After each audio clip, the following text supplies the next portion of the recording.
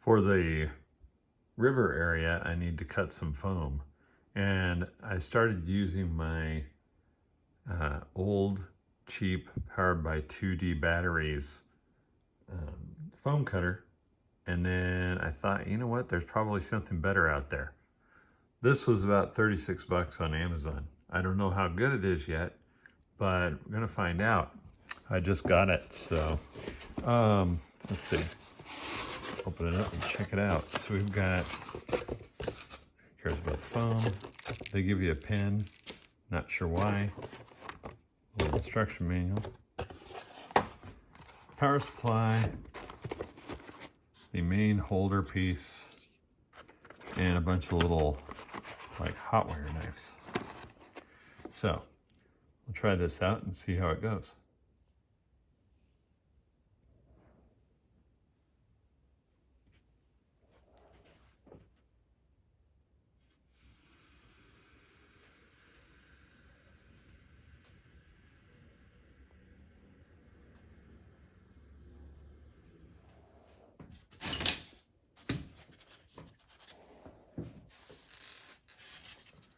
Well, I thought the cut went okay, except for it seems like you're going really slow when you're cutting it.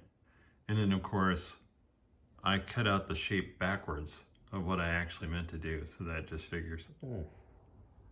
I'm trying to use this piece to build up the base for the gravel bar.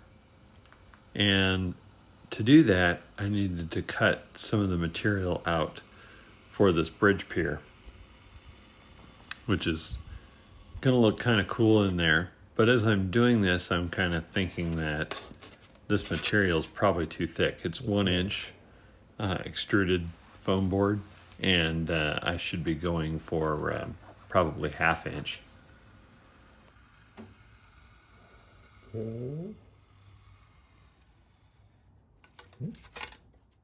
Since I don't have a 1/2 inch piece of styrofoam, I did have 2 1/4 inch pieces, or just about there. And these are probably a little thicker than that, like 5/16, or maybe they're millimeters, but it doesn't really matter because it doesn't need to be that precise since we're talking about a riverbed. Anyway, I got 2 pieces of that. I cut them out approximately the same shape. Gonna glue those together, and maybe tomorrow I'll go get a more permanent piece if this doesn't work out really well. Not done working on that foam, but I'm starting to see something more like what I think I want out of that bank. And so back there, I'll have to cut another piece that I think it'll bring it around at a more, I don't know exactly, it's kind of like angle like over here maybe.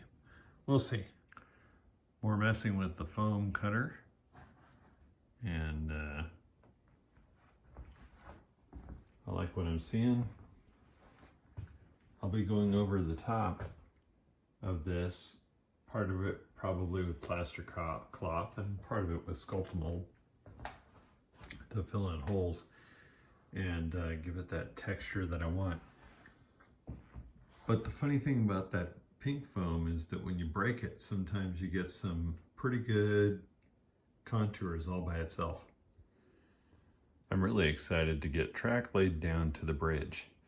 But before I can get there, I need to get track laid down here. And because I want to be able to kind of come out of the yard and get on the inner main over here, I'm going to build a crossover with a couple of number 8 turnouts, one of which is just about finished. I've got to gap it and install that, and I think that's going to go about right there. I still need to build the other one. I believe this is going to be the frog point for it anyway, or the point for it. Once that's done, then I can finish laying the 2 main lines down that way. And once that's done, and I get the bridge taken care of here, I can go over to that mess over there, and then I can actually like run trains all the way around the peninsula. It's going to be a great moment. In the meantime, I've decided to maybe do a little different secondary piece to the bridge right here. Instead of the plate girder bridge, it's going to be just a girder underneath. Not calling out the right name, I know that.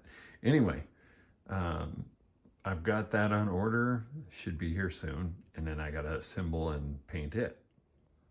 Well, the bridges came in and I assembled one of them to see how it looked. Well, it's about 1/4 of an inch too tall with the bridge shoes on it. I don't know how I got that far off, but I think because I like the look of this setup, I'm going to work with Chip and we're gonna maybe redo that bridge pier on the right with a notch in it.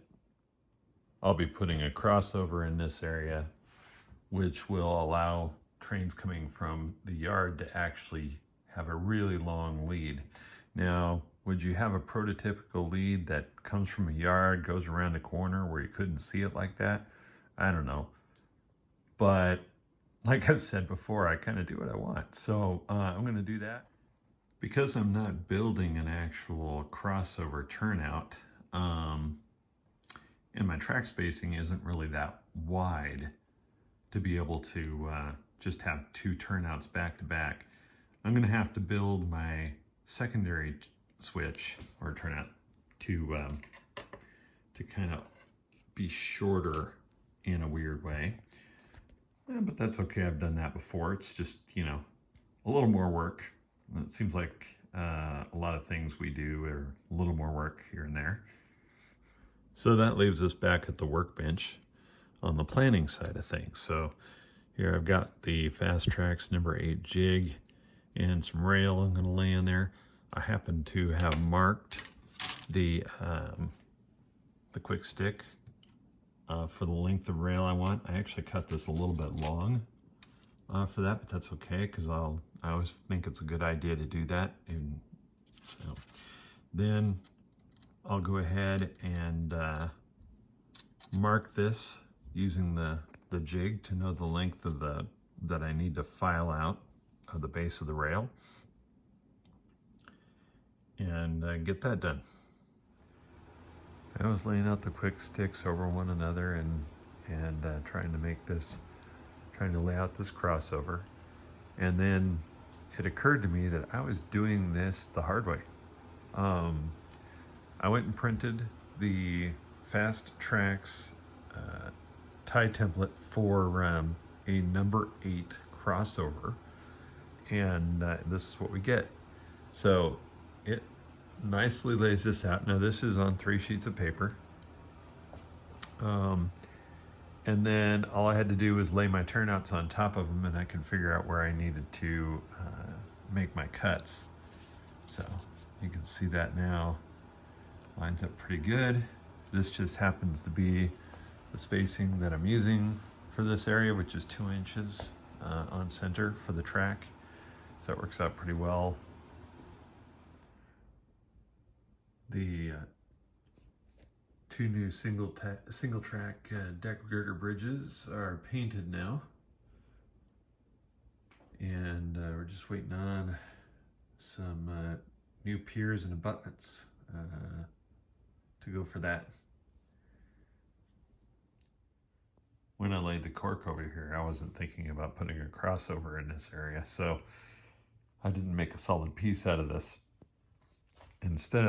So what I'm doing now is I'm cutting the cork out so it's straight up and down, and then I'm going to come in with a piece and fill that in.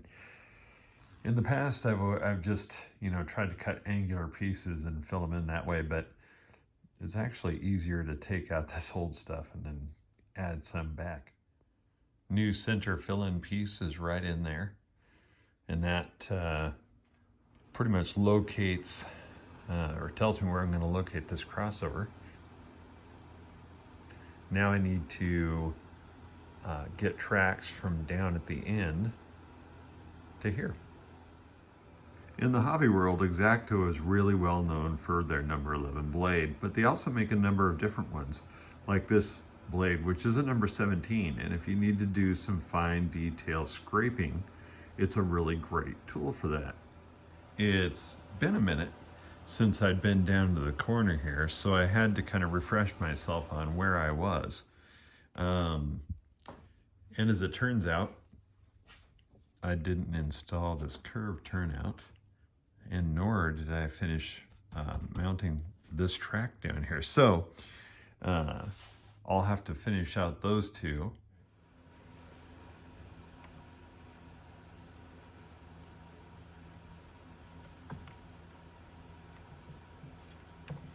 Sometimes these don't come off as easy as you like.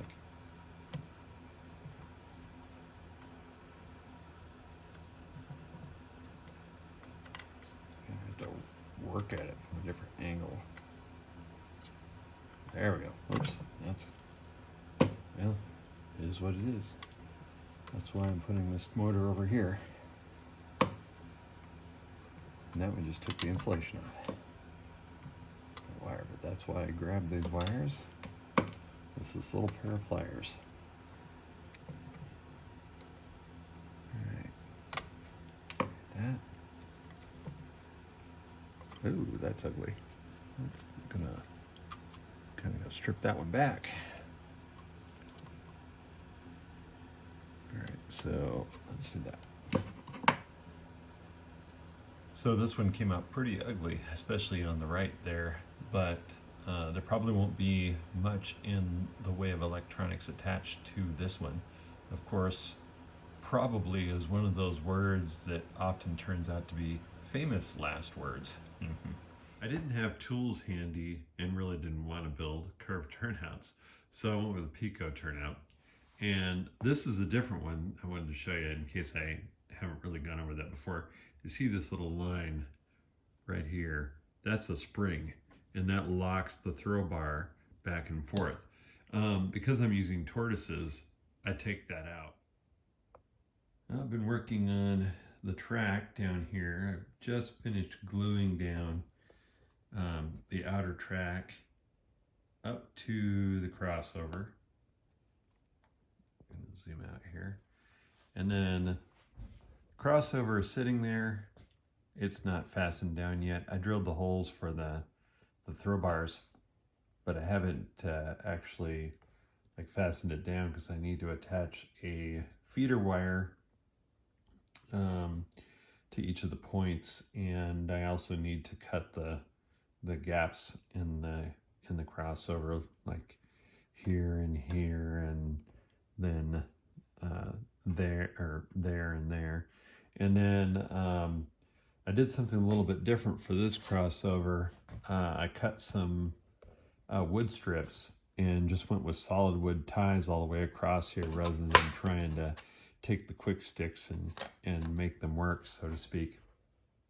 And I think that looks really good. I like the way that turned out.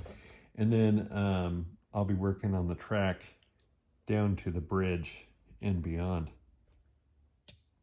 Thanks for watching episode number 18 of the South Olympic Branch Updates. Hang in there, people. I hope to chat with you again soon.